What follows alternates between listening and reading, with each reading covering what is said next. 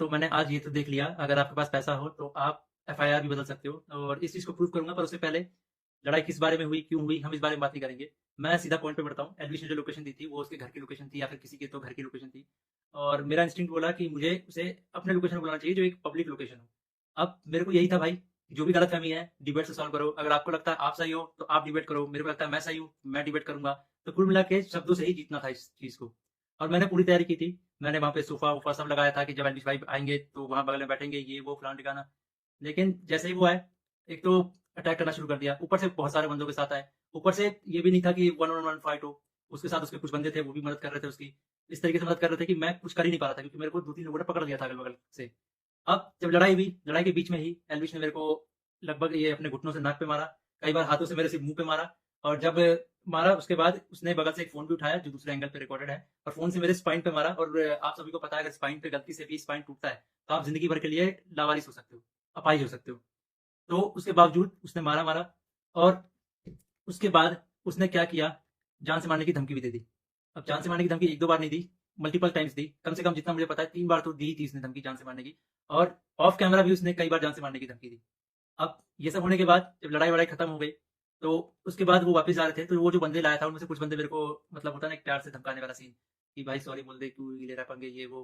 भाई मैं तो अपने चीज़ों पे अटल था। मैंने बोला मैं सॉरी तो नहीं बोलूँगा, क्योंकि मैंने गलती तो की नहीं है। उसके बाद एल्विश ने भी थोड़ा ट्राई किया था सॉरी बुलवाने के लिए, लेकिन मैंने उसको भी सॉरी नहीं बोला और ये सब जब हुआ, तो शुरू में मेरे को लगा मेरे को सिर्फ़ यहाँ चोट आई है, क्योंकि मेरे को कहीं पे भी दर्द फ़ील नहीं हो रहा था। तो मेरे को शुरू-शुरू में सिर्फ़ यहाँ चोट आई, उसके बाद 1 डेढ़ घंटे बाद मेरे को यहाँ पे दर्द होना शुरू हुआ और फिर 2 से 3 घंटे बाद मेरे पूरे स्पाइन में दर्द होना शुरू हुआ और इस तरीके से हुआ कि मैं सो ही नहीं पाया। सुबह 4 बजे मैंने सोने का ट्राई किया था, मैं दोस्त के घर साकेत गया हुआ था।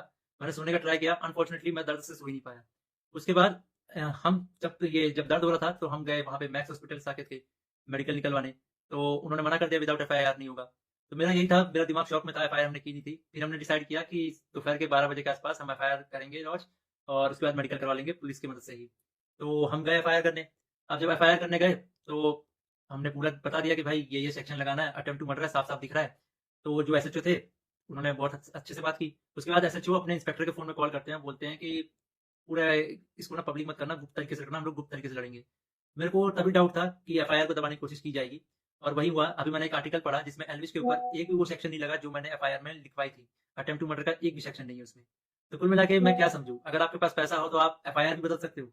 मतलब हरियाणा में इस तरीके से गुंडागर्दी चल रही है कि एक बंदा आता है, मारता है और उसके खिलाफ कोई एक्शन नहीं होता। उसको पुलिस पकड़ के लेके नहीं जाती। यहाँ पे इस बात को 24 घंटे हो चुके हैं और वो बंदा अभी हँस रहा होगा कि उसको कोई पकड़ के नहीं ले गया, उसको फ़र्क ही नहीं पड़ा होगा। मैं हरियाणा के सीएम खट्टर जी से रिक्वेस्ट करना चाहूँगा कि इस गुंडे एलविश यादव को अरेस्ट करवाओ। इसका बैकग्राउंड बहुत खराब है, जिस तरीके से यूथ को इंस्पायर कर रहा है, वायलेंस को प्रमोट कर रहा है, उससे साफ-साफ पता लग रहा है यूथ बहुत गलत वे में मोटिवेट हो रही है इससे और ये चीज़ बहुत ही खराब है। तो खट्टर जी, मैं इंडिया के कानून पे बहुत भरोसा करता हूँ, लेकिन अगर यहाँ पे नाइंसाफ़ी हुई, तो एक तरीके से बहुत सारे लोगों को ये तो समझ में आ जाएगा कि इंडिया का कानून सिर्फ़ गरीबों के लिए बना है, अमीरों के लिए नहीं बना है। तो मैं नहीं चाहता कि ये कानून भी, ये एफआईआर भी दब जाए और साफ-साफ पता लग रहा है, दबाने की कोशिश की जा रही है इस एफआईआर को। अगर ये एफआईआर दबता है, तो ये इंडिया के कानून की हार है। मैं आप लोगों से रिक्वेस्ट करूँगा, गुरुग्राम पुलिस को और खट्टर जी को इस ट्वीट में टैग करो और उनपे उनको रिक्वेस्ट करो कि एल्विश यादव को जितनी जल्दी हो सके, इस गुंडे को जितनी जल्दी हो सके अरेस्ट करा जाए। क्योंकि अगर कोई भी ऐसे मार के निकल जाएगा और फिर अपने स्टोरी में डालेगा कि भाई वर्क डन, तो खुल्लम-खुल्ला यही है कि वो वायलेंस को प्रमोट कर रहा है और उसको पता है कि उसका कोई कुछ नहीं बिगाड़ सकता। तो एक तरीके से ये इंडिया के कानून की हार है। तो अभी जो मैं एफआईआर लिखवा के आया था, मुझे उसकी कॉपी भी नहीं मिली और मुझे लगता है मिलेगी भी नहीं। बोला तो वैसे सुबह मिल जाएगी, लेकिन आई डोंट थिंक सो, क्योंकि आर्टिकल में साफ-साफ दिख रहा है कि एफआईआर के जो सेक्शन है वो बहुत अलग किए गए हैं।